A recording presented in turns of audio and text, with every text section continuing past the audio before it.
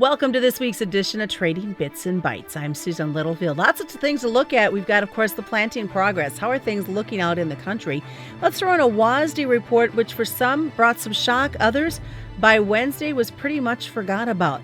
Then we'll get the feel of what's happening in the market and what really is the morale out there in the countryside. Lots of things to look at today as Darin Fessler joins us with Lakefront Futures. And Darin, let's start first with crop progress. This is probably one of the fastest paced corn plantings we've seen in a while. Yeah, the crop progress is going really, really good. Obviously, there is a little bit of concern across North Dakota, maybe a little bit in Ohio, but we've hinted on numerous times that there's going to be a lot of PP in North Dakota, but outside of that, it is going really, really good. Now, comparing that to 2012, I know a lot of people are comparing the field conditions and the plant progress to that year. Keep in mind, 2012 at this point in time, we were around 87%. Granted, we're still a little bit behind that pace, but there's no problem planting this crop right now. You talk about North Dakota, and we know that the government's going to reevaluate what's been happening up there in the 2019 harvest. Yeah, I mean, they did revise some of the numbers down just a little bit. I don't think it was a big market mover by any stretch of the imagination. The crop is what it is at this point. I don't think that the numbers are going to be revised any further from here. They definitely could. Now, they're going to go back and revisit some of the North Dakota numbers again, but I don't think they're going to move the needle all that much. It is what it is at this point. I think we got to face that reality.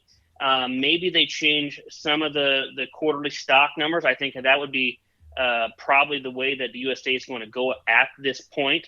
But right now, we're still focused very much on how that crop turned out, which it seemed like it was pretty good, and obviously focus a lot more of attention on this new crop.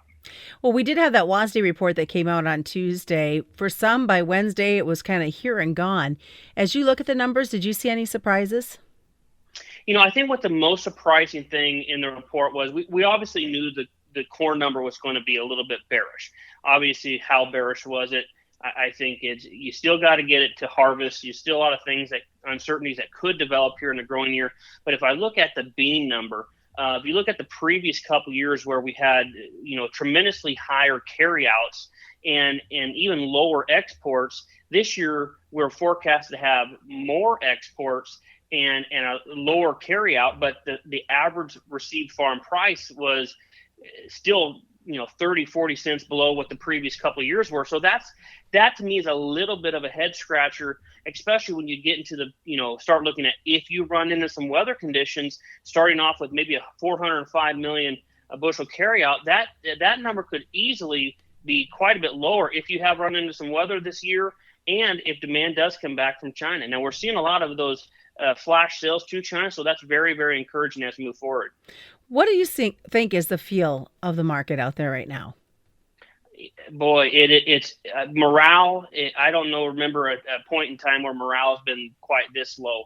A lot of producers I've talked to, come to middle of June, just hail me out, type of thing. And you hate to hear that, but it's kind of the situation that we're in agriculture right now. It just, with the way the prices are, and farming is farming, and guys want to go out there and farm, but when you're talking about the prices we're dealing with, it's somewhat discouraging.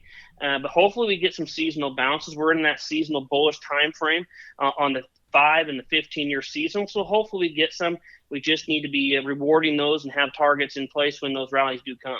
Really the last thing we need right now is China and another trade war. And I know there's been a lot of discussion.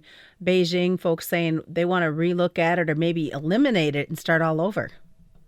Yeah, and I think the DC is getting a little bit of a pushback from that. I don't think they're going to renegotiate this whole thing. I think that if anything, DC is going to go probably a different route on there and take different measures to, compensate what maybe China has done, or at least what their aspect of what China has done.